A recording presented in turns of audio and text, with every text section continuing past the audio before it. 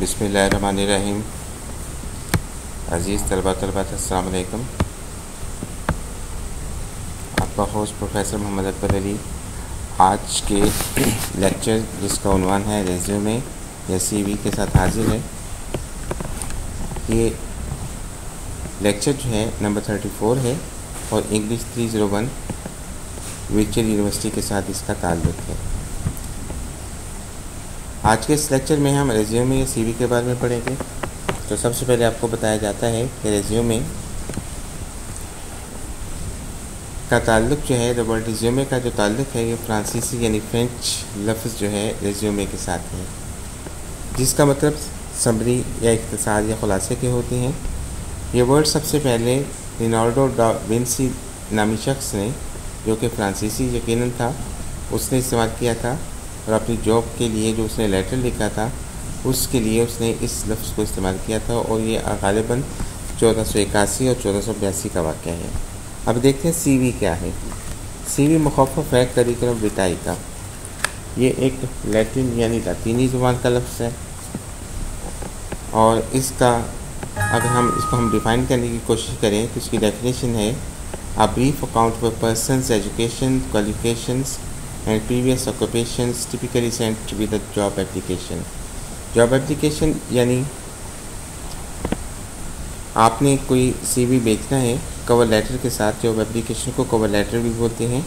तो उसमें आपकी एजुकेशन, क्वालिफिकेशन और साबका तजुर्बात और कामों के बारे में जब लिखा जाता है तो आपका CV कहलाता है।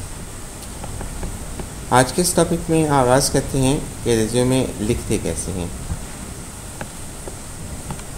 लेकिन इससे पहले हम आज के इस टॉपिक की आउटलाइन को स्टडी करेंगे, जो कि 4 हिस्सों पर मुश्तमिल है। फंक्शनल रेज़्यूमे क्या है, कम्बिनेशन रेज़्यूमे क्या है, अप्रोच फॉर राइटिंग रेज़्यूमे क्या होती है और प्रूफ रीडिंग ऑफ रेज़्यूमे कैसे की जाती है। तो फंक्शनल रेज़्यूमे, इसकी डेफिनेशन आपके सामने है। ये वो रेज़्यूमे होता है या CV होता है जिसमें आपने अपने मुकम्मल हिस्ट्री नहीं बताना होती, बल्कि आपने अपनी स्किल्स और तजुर्बात के बारे में बताना होता है।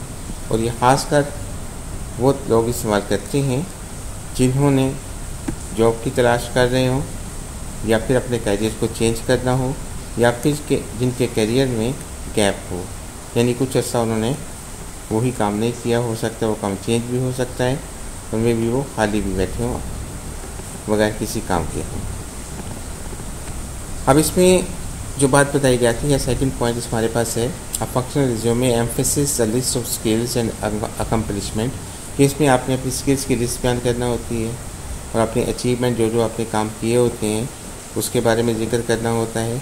इसके साथ साथ आपका एकेडमिक एक्सपीरियंस जो है, एकेडमिक एक्सपीरियंस से मुराद ये है कि आपने क्या क्या क्वालिफिकेशन, आपकी तालीम क्या है, उसको बयान करना होता है।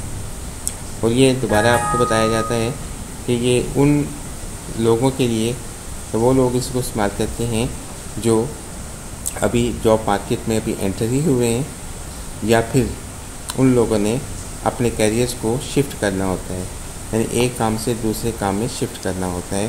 तो ये फंक्शनल रेज़्यूमे जो है उन लोगों के यूज़ में आता है।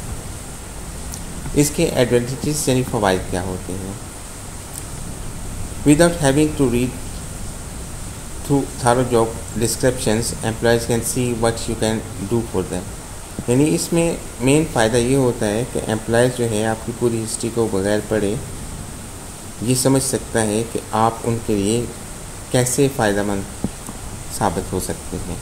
दूसरा पॉइंट ये है कि you can emphasise earlier job experience, या आप पहले आपके पास जो जॉब का एक्सपीरियंस है उसके ऊपर आप अपना ज़ोर दे सकते हैं या फिर ज़ोर नहीं दे सकते।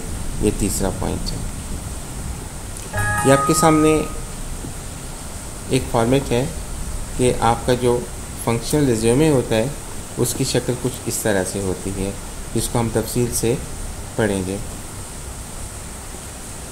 अब इसमें है कि what such kind of resume should have, इसमें क्या होना चाहिए। इसमें ये 6 पॉइंट्स हैं। पहला है कि आपका नाम और आपका एड्रेस, पता, ऑब्जेक्टिव, आपने किस मकसद, आपका मकसद क्या है, आप क्या बनना चाहते हैं, क्या करना चाहते हैं, स्किल्स एंड कैपेबिलिटीज़, आप में सलाहियतें क्या हैं, एक्सपीरियंस आपका तजुर्बा कितना है, एजुकेशन तालीम कितनी है, और एम्प्लॉयमेंट हिस्ट्री आपने जो एम्प्लॉयमेंट की हुई है, जो जॉब्स से पहले की हुई है, उसकी तारीख बयान की जाती है। पहले नंबर का जो पॉइंट हमने डिस्कस किया था उसकी मिसाल आपके सामने मौजूद है, जिसमें आपने अपने नाम को ज़ाहिर करना होता है और अपने एड्रेस को ज़ाहिर करना होता है। तो आप वहाँ पे क्या लिखते हैं, जैसा कि your name and address M Akbar Ali, आप नीचे एड्रेस लिखेंगे और साथ में नीचे आप अपना कॉन्टैक्ट नंबर भी लिखेंगे, और अगर आपका कोई ईमेल आईडी है तो वो भी लिखेंगे। ऑब्जेक्टिव्स कुछ अल्फाज इस तरह से होते हैं, to obtain a position as a special event coordinator that will utilise my skills and experiences, कि मैं इस जॉब के लिए अप्लाई करना चाहता हूँ जिसमें आप स्पेशल इवेंट कोऑर्डिनेटर बनेंगे, जिसमें आप अपने तजुर्बात और अपने महारत का इस्तेमाल कर सकते हैं।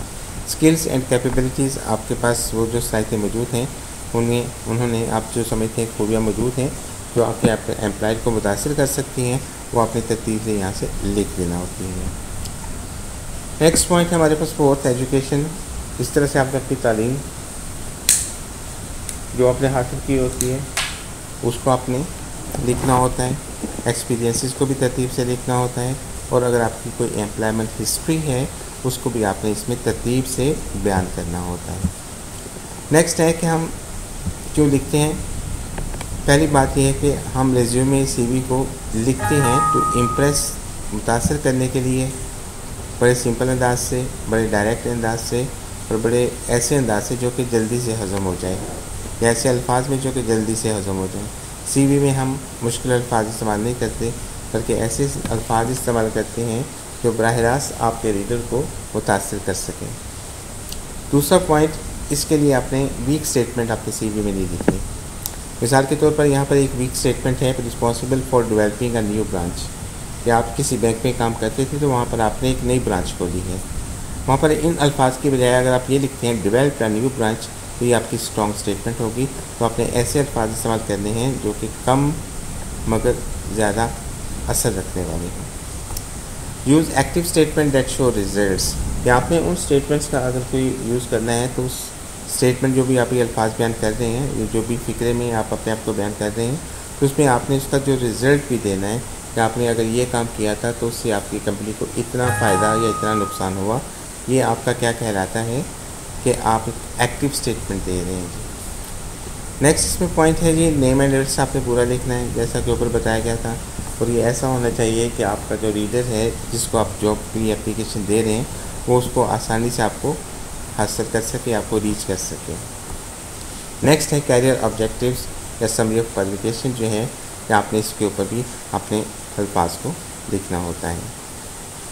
इसमें जो छठा पॉइंट है हमारे पास वो ये है कि आपने अपनी एजुकेशन को बयान करना है। एजुकेशन से मुराद कि आपकी तालीम कितनी है, बैकग्राउंड आपने डेप्थ के साथ देनी होती है। डेप्थ के साथ देने का मकसद ये होता है, मतलब ये होता है कि आपने सिर्फ ये नहीं लिख देना कि BA है या MA है, बल्कि ये भी लिखना है कि BA आपने कब किया, कहाँ से किया, किस साल किया, किस ग्रेड में किया। ये सारी चीज़ें कहलाती हैं जी बैकग्राउंड इन डेप्थ। तो आपने सारी एजुकेशनल बैकग्राउंड को जो है पूरी तफसील के साथ बयान करना होता है। यही इसकी एक्सप्लेनेशन है। नेक्स्ट है जी वर्क एक्सपीरियंसेस एंड स्किल्स, जो हैं जैसा कि पहले बताया गया है कि आपने भी इसको तरतीब के साथ लिखना है, और इसमें वो तमाम चीज़ें मेंशन करनी हैं जो कि आपके ऊपर जो जिम्मेदारियां दी गई थी, और जिन जिम्मेदारियों को आपने कैसे कैसे और किस तरह से नबूद आजमा हुए और उनमें कामयाबी किस तरह से हासिल की, तमाम डाटा के साथ। नेक्स्ट है इसमें हमारे पास जो है आखिर में जो हमने बात मेंशन करनी होती है कि हम ये भी बता सकते हैं कि हमारी लैंग्वेज के ऊपर कौन सी कमेंट है। कंप्यूटर एक्सपर्टीज़ भी हमारी स्किल्स में आ जाती हैं, और इसके बाद वो भी तारीख आपने मेंशन करनी होती है जिस तारीख से आप जॉब को ज्वाइन कर सकते हैं। इसके बाद एक्टिविटीज़ और अचीवमेंट्स, पहले भी बात हो चुकी है कि आपके ज़िम्मे क्या क्या काम थे और आपने किस कंपनी में किस तरह से किस चीज़ को हासिल करके उनको फ़ायदा पहुंचाया। रेज्यूमे रिसेप्शन से मुराद ये है कि आपने धोखा नहीं देना, वही लिखना है जो आपके पास मौजूद है।